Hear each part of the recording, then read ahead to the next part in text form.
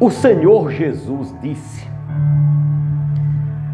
que é impossível evitarmos a existência dos escândalos, mas existe um juízo para quem provoca qualquer escândalo no reino de Deus. As palavras bíblicas são as seguintes, são essas, 2 pontos, e abre aspas. É inevitável que venham os escândalos, disse Jesus. Mas ai daquele homem por meio de quem os escândalos vêm. Fecham aspas. Você e eu não estamos predestinados a escandalizarmos o Evangelho. O contrário, é o contrário. Nós somos convidados a darmos um bom testemunho do Evangelho. Se nós quisermos, nós testemunhamos do Evangelho com um testemunho brilhante. E se nós não quisermos, nós damos um mau testemunho tão terrível que as pessoas vão dizer, como disse um grande filósofo: eu admiro o vosso Cristo. O que eu não admiro é o cristianismo. Na verdade, as palavras devidas, as palavras daquele filósofo foram as seguintes, abrem aspas. Eu admiro Jesus Cristo, mas não admiro os cristãos. Fecham aspas. Será se não é isso que nós estamos provocando? Pessoas revoltadas com o cristianismo, mas admiradoras de Jesus? Como é que alguém pode admirar Jesus Cristo e detestar seus seguidores? Ou pseudos seguidores? Isso é fácil de se explicar. As pessoas que assim procedem e assim confessam, estudaram a história de Jesus e viram um homem humilde, caridoso, amoroso, aquele homem dado, aquele homem afetivo, aquele homem cheio de compaixão e cuidadoso até com o que iria falar. Cuidadoso com o seu procedimento. Essas pessoas, quando estudam a história de Jesus, se apaixonam por ele e gostariam de se encontrar com ele. E Jesus passa a ser para eles um grande homem, um grande mestre, um professor sem igual. Mas quando estudam a história do cristianismo, o que mais se destacam não são as grandes boas obras, mas as grandes más obras. A história está aí para mostrar os grandes escândalos da história da igreja cristã. Você já ouviu falar na Inquisição, chamada Santa Inquisição? Pois é, foi a igreja cristã, no decorrer da história, em um dado momento, quem instituiu esta grande desgraça, chamada Santa Inquisição. Uma época em que a igreja punia até com a morte quem discordasse com ela. Então isso foi um escândalo que manchou a imagem do cristianismo. Vocês já ouviram falar na venda das indulgências? Pois é. Quem estuda a história sabe desta prática diabólica da igreja cristã em muito tempo.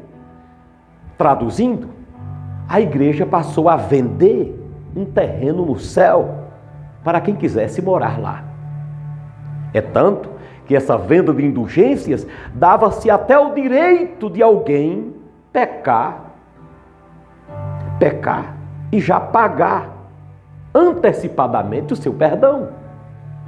De forma que os mais perdoados para a igreja cristã eram quem tinham muitas posses. Senão, iriam ou para o inferno ou para o purgatório. Embora que o purgatório foi instituído de maneira mais clara porque o inferno dava menos dinheiro do que o purgatório. Porque não tinha missa e nem culto, nem padre e nem pastor que pudesse arrastar ninguém do inferno, mas do purgatório, através de um culto pago, de um sacrifício em forma de dinheiro ou de bens, poderia resgatar alguém do purgatório. Vocês já ouviram falar na grande tragédia da igreja cristã, além da venda de indulgências, além da Santa Inquisição? Vocês já ouviram falar na influência de igreja e Estado? A fusão da igreja e do Estado? Vou explicar o que é isso. Houve uma época em que o Estado, traduzindo para os nossos dias, a política, era aversa ao Evangelho e perseguia quem era do Evangelho. Muitos foram até mortos, porque o que a igreja pregava era o que o Estado não gostava. Então o Estado perseguia a igreja para que a igreja se calasse. Porém, houve uma época em que isso se acabou. A igreja passou a se fundir com o Estado.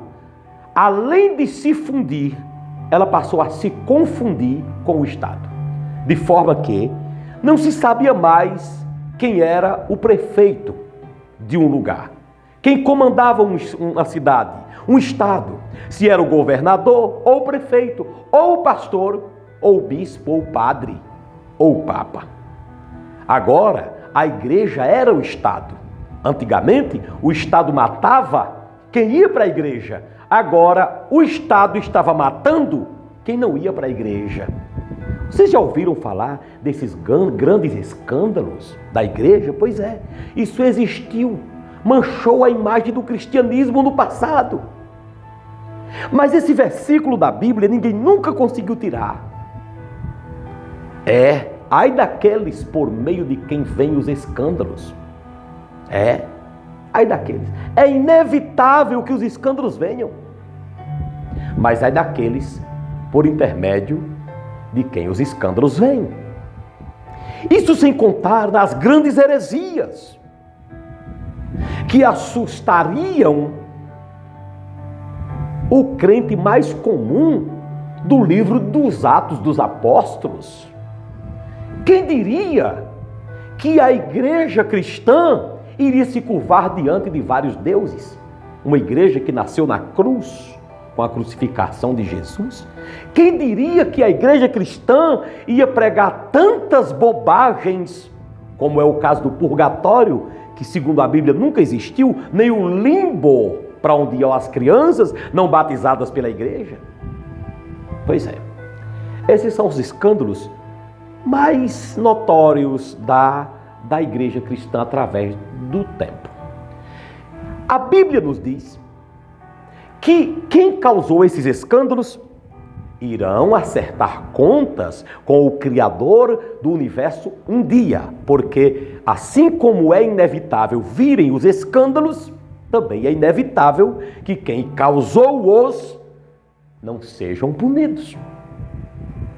Esse texto sagrado que nos leva a entrarmos na história da igreja, a história que escandalizou, sem desprezar os méritos daqueles que permaneceram fiéis, este texto também nos traz para o presente. Assim como esse texto nunca saiu da Bíblia, a verdade que ele reza também nunca se afastou da terra e tende-se a piorar. Os escândalos, Escândalos e mais escândalos. Creio que o que a igreja fez no decorrer da história, se juntar tudo, não dê uma década do que a igreja está fazendo de errado nos nossos dias. A igreja está crendo e pregando coisas que não estão nas escrituras sagradas. Há pouco tempo, eu estive num salão de cabeleireiro e o rapaz dali, o cabeleireiro profissional, é um crente. E eu estive falando para ele em meia hora sobre algumas coisas que a igreja hoje ensina que Jesus nunca ensinou. Pois é. E se nós olharmos o nosso contexto, o que é que a igreja cristã tem destacado hoje? Preste atenção. Quando se fala hoje em pastores, meu Deus do céu, no que muitos pensam? Ah, aquele pastor que foi assassinado por outra pessoa que se dizia líder e próxima daquele. Foi processada, ela e os seus, e estão presos. Um cristão matando outro cristão, segundo a justiça informa. Pois bem, aquele outro bispo, pregador do altar, pois ele se envolveu na política e não teve mais valor nenhum, porque segundo a justiça, ele surrupiou uma coisa. Ele errou em alguma coisa. Ele administrou mal. Pois é, são os escândalos dos nossos dias. E aqueles pastores, cujas influências são tantas, e querem novamente trazerem o Estado para dentro da igreja. Porque findam doutrinando sua igreja a voltar em alguém e não em princípios. A igreja de Cristo não está sendo doutrinada a voltar em pessoas que conservem princípios, mas em pessoas, absolutamente. Então, o Estado está indo para a igreja, porque quando o Estado vai para dentro da igreja, o Estado leva dinheiro para a igreja. Só que esse dinheiro, muitas vezes, é sujo. E se entra sujeira num ambiente limpo, o ambiente limpo tende-se a tornar-se sujo. Pois é isso que estamos vendo. Que dizer de tantos pastores bem remunerados por suas felizes e bem estruturadas igrejas, sem necessidade de muita coisa a mais, se envolverem com a política, para quê? Para diminuírem seu trabalho para Jesus. E com a prerrogativa de que vai ajudar alguma coisa o país. Eu duvido. Eu duvido porque tem deles, líderes mesmos cristãos, que recebem auxílio paletó, sendo que eles já têm muitos paletós. Eles recebem auxílios moradia, quando muitos deles têm suas próprias moradas. Então eu vou acreditar que esses pastores, todos eles, chegaram ali querendo ajudar a nação? Será que eles não ajudariam mais a nação com a palavra de Deus na mão e combatendo o pecado? O trabalho do pastor não deveria abrir mão da política e pregar contra o pecado que está na política lá? Onde eu ajudaria mais? No meio do povo, no meio da rua, dizendo que aborto é pecado em toda e qualquer circunstância? E que a pessoa gerada no ventre não tem culpa do pecado que a mãe cometeu? E nem do que aconteceu exterioricamente? Planejado ou não? O que dizer? Será se eu não ganharia mais pregando na rua, combatendo a corrupção na política? Através da mensagem do Evangelho sem ser político. O escândalo aí está em toda parte. E as baboseiras que se pregam no altar, por um lado, é até melhor ir para a política, o pregador, do que estar em cima do altar muitas vezes, pregando asneiras como a bênção do sopro na bola. O pastor enche a bola de sopro e envia para você. E você manda uma oferta de R$ 500. E quando aquela bola de sopro chegar em sua casa, você explode a bola e o ar daquele pastor vai abençoar a sua casa. Isso é o quê? A mensagem do evangelho ou um tipo de macumba evangélica? E as vendas das vassouras ungidas? A venda dos óleos ungidos? A venda de tanta coisa ungida, tijolinho ungido, até chicote ungido. A venda. Os simbolismos, todos devem se calar. Todos deveriam se calar. Simbolismos. Existe o símbolo da cruz. Umas igrejas usam e outras não. O símbolo do catiçal, umas igrejas usam e outras não. Isso não é idolatria, é apenas um simbolismo. Nem todo simbolismo é idolatria, mas toda idolatria é um simbolismo. Então as pessoas não estão focadas, não é no simbolismo, é no dinheiro que isso resulta. O que dizer das campanhas, em muitos lugares, promovidos por pastores evangélicos, cujo passe para entrar é um salário mínimo, e o obreiro que não entra porque não tem fé, ele tem que vender qualquer coisa, uma TV, um som, um pedaço de terra, para entrar na campanha, porque é um salário mínimo. Se não tem um salário mínimo, não entra na campanha. Isso é escândalo. Isso não é o evangelho. Isso é um evangelho falso. Isso é um evangelho de homens. Isso é um evangelho fajuto, falsificado. Isso é a palavra adulterada. E terá um acerto de contas ainda sobre a terra. Não é apenas do outro lado, é aqui mesmo.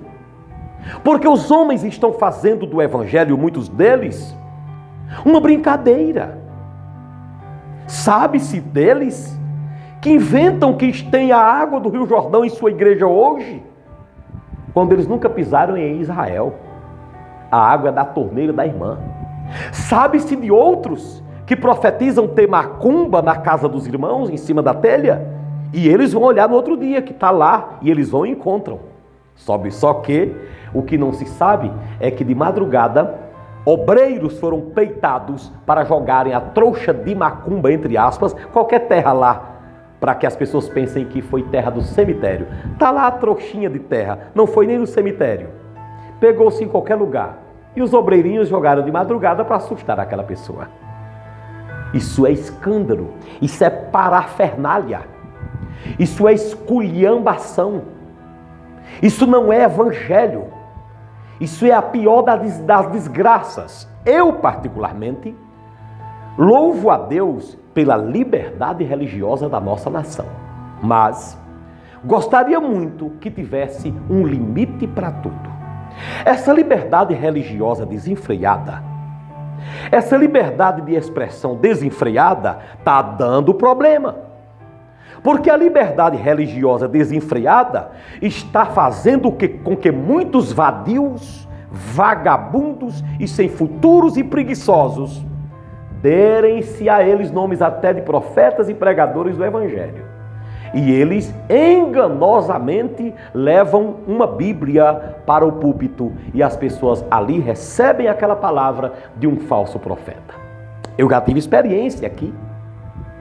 A liberdade religiosa e chega nesse ponto em que as pessoas sem nenhum pingo de temor a Deus e nem respeito ao próximo enganam os seus semelhantes, tirando dinheiro à custa da fé. Nem eles têm essa fé. É só teatro para seduzir pessoas. Isso é escândalo. Isso escandaliza. E Deus está insatisfeito com isso sobre a terra. Um dia isso terá um acerto de conta. E os adivinhadores do Facebook, que vão para as igrejas, mas antes de pregarem ali, eles passam a tarde escavacando o Facebook dos irmãos da igreja. E à noite eles adivinham onde os irmãos moram, o número que eles calçam, com quem eles namoram, as decepções que tiveram e as doenças que eles têm. E as pessoas inocentemente acreditam naquele adivinhador falso, que nem para ser adivinhador o diabo os usa. Eles precisam pesquisar no Facebook para saber o que as pessoas precisam ali. Vivemos num mundo nesta situação. Um mundo escandalizado com a prática de muitos que se dizem pastores e pregadores do Evangelho. A liberdade religiosa está extrapolada. Precisaria-se tomar cuidado com isso, e isso deveria ser começado pelos verdadeiros pastores sérios, os verdadeiros pastores, os sérios, se reunirem numa só fé e levarem a público o que ocorre. E não aceitarem isso na cidade. Um conselho de pastores sérios não deixaria entrar essas parafernálias na sua cidade. Mas é para se cumprir também a palavra. É inevitável que os escândalos venham. E a liberdade de expressão? Isso não tem limite? Porque alguém tem uma liberdade de expressão, tem uma imunidade parlamentar, pode dizer o que quer, pode ameaçar qualquer pessoa, pode ameaçar qualquer entidade, porque tem uma liberdade de expressão. A liberdade de expressão religiosa não teria um limite? Pois é, mas o que está lá na Constituição é que a liberdade parlamentar é inviolável sob qualquer circunstância. Aí então, vamos condenar quem falou bobagem e asneiras. Criminosos, segundo a Bíblia, mas não são criminosos perante a lei, então vamos condenar. Então agora, como vamos conciliar essa situação? A liberdade de expressão está tão grande que, segundo a Constituição, a pessoa que é um parlamentar pode dizer exatamente o que quiser. É inviolável sob qualquer circunstância. Então, se eu agora puno quem disse qualquer asneira, eu estou contra a Constituição. Então, as liberdades estão se tornando libertinagens no campo político, no campo sociológico e no campo religioso. Há muita parafernália no campo religioso. Falsos profetas com nomes de profetas. Homens vadios e vagabundos que não têm o que fazer, porque não sabem o que fazer, não aprenderam a fazer nada, a não ser mentir e enganar. Só que isso haverá um tratamento. É inevitável que os escândalos venham. Quem escandaliza vai pagar. Pode ser que não comece a pagar hoje, mas começará amanhã. Pode ser que não comece a pagar totalmente aqui, mas vai para o inferno. Jesus profetizou que alguém que escandalizasse se preparasse para sofrer. Aí está o mundo cheio. Uma pessoa não pode desgostar-se de uma igreja, porque ele já trata em abrir a sua, e abre do seu jeito, abre da sua forma. Muitas vezes, com todo respeito ao ser humano, pessoas ignorantes que não sabem nem quantos livros a Bíblia tem, e nem o que significa um livro apócrifo, e nem um cânon das Escrituras Sagradas. E elas vão para o mundo teológico sem conhecer o Deus da teologia, o Deus do universo. Então, religiosidade está dando muito dinheiro. Levar o título de líder religioso hoje é adquirir um respeito da sociedade, ainda que a pessoa não tenha. Porque quando alguém bate no peito e diz, eu sou profeta e quem se levantar contra mim morre, quem está ouvindo tende a temer, porque o ser humano é emocional. Quem ouve, a tendência é descer para o coração. Qual seria a atitude melhor nesses dias? Juízo, olhos abertos, discernimento espiritual e conversa com Deus, e aprofundamento na palavra. Assim, é bem mais difícil enganar. Uma pessoa instruída na palavra, ela tem várias chances, muitas chances, de não cair na cilada de quem vive para enganar. Jesus Cristo estará voltando em breve e irá separar o joio do trigo. Isso que eu estou te dizendo, talvez sirva para alguns até de desestímulo a continuar na fé, mas para quem tem olhos abertos, é um estímulo para continuar na fé firmemente. vendo todas essas coisas acontecerem e sem se afastar do verdadeiro evangelho, sem se misturar com aquele irmão cujo comportamento não é de um verdadeiro irmão em Cristo. E o pregador será sempre aquele pregador que pregará contra o pecado, nunca afirmando que ele estará completamente certo sempre, porque justo e santo, puro e bom, totalmente 100%, somente Jesus Cristo. O pregador comprometido com a palavra, enquanto mais ele se compromete com a palavra, mais ele vê os seus próprios defeitos. Admira-me de algumas propagandas de pastores e de igrejas que só faltam é dizer que só eles são os profetas, só suas igrejas são as verdadeiras. E tem deles que até dizem isso descaradamente. Quando você vê muita farinha, cuidado, teu pai já dizia e teu avô, é sinal de pouca carne. Quando você vê muita farofa numa tigela, vá olhar que não tem quase carne. Esse é um adágio popular que os nossos pais diziam, mas é uma verdade tão grande.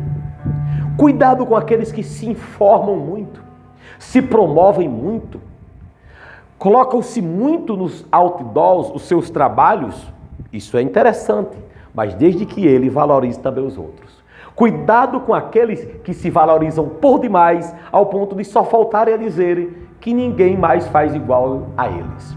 Quando eu vejo essas informações no nosso ministério, acontece milagre. No nosso ministério, aqui sim, a mão de Deus está aqui. Deus está conosco. Olha, venha para cá que o milagre é aqui e é só aqui. Absolutamente é aqui. Quando eu vejo essas coisas, eu já entendo. Essa alma quer reza. Essa alma quer uns sacrifícios. Essa alma quer reza e aí tem muita farofa. Talvez pouca ou nenhuma carne, nenhum conteúdo. Jesus Cristo disse que o homem que a si mesmo se louva, ele não será louvado. E que não seja você mesmo quem se louve, mas outros que te louvem. Que Deus me livre de escandalizar o seu evangelho. Nós não fomos chamados para escandalizar o evangelho. Porém, Deus terá sempre alguns sobre a terra, que irão respeitar a todos, mas repudiar essas desgraças que por aí acontecem. Chega tempo de política, muitos denominados pastores, pregadores do evangelho, procuram se encontrar com os políticos, não para orar por eles, para orientá-los, mas para ver se tira uma casquinha. As igrejas de 100 votos podem ser beneficiadas, entre aspas, igrejas não, eles. Muitos têm suas igrejas, suas ovelhas como se fossem suas, quando a Bíblia diz que nós somos apenas os apacentadores. Sabe-se de alguns obreiros, certos obreiros, que estavam à frente de igrejas e resolveram vender o prédio, com crente e tudo, dentro da igreja, para outro ministério. Isso é fato. Onde é, eu vou dizer, não fui chamado para dizer onde, mas dizer o quê? Eu só digo onde quando é conveniente. Abra seus olhos e pesquise e olhe que você vê que todas essas coisas estão acontecendo. Mas Jesus Cristo disse, aquele que fizer a minha vontade, esse tem a vida eterna. E Jesus Cristo disse, eu lhes dou o meu espírito. Eu vim para que tenhas vida e vida em abundância. Todas as vezes que Jesus pregava, ele citava algo interessantíssimo antes de qualquer coisa, ele citava uma palavra-chave. E uma das palavras-chave de Jesus era, em verdade vos digo. Outro sim, Jesus disse para Nicodemos, eu digo o que tenho visto e testemunho do que sei. Jesus era a verdade e nós também sabemos que através dela o mundo será liberto. Conhecereis a verdade e a verdade vos libertará. Se você se encontrar com Cristo, você vai ver tudo isso acontecendo. Não se afaste de Jesus porque alguém se afastou. Não deixe Jesus porque alguém escandalizou o evangelho. O verdadeiro cristão, ele não vai abandonar Jesus porque alguns escandalizaram o evangelho de Cristo. Ele vai levar a sério aquilo que Davi disse. Caiam 1000 ao meu lado e 10.000 do outro lado, mas eu não serei atingido. Aqui tu pensa que esse texto só se aplica mais à questão das guerras espirituais. Sim, exatamente isso, guerra espiritual. 1000 crentes podem cair no pecado de um lado E 1000 crentes podem cair no pecado do escândalo do outro lado. Mas você pode permanecer de pé. Deus abençoe sua vida e guarde essa palavra no seu coração.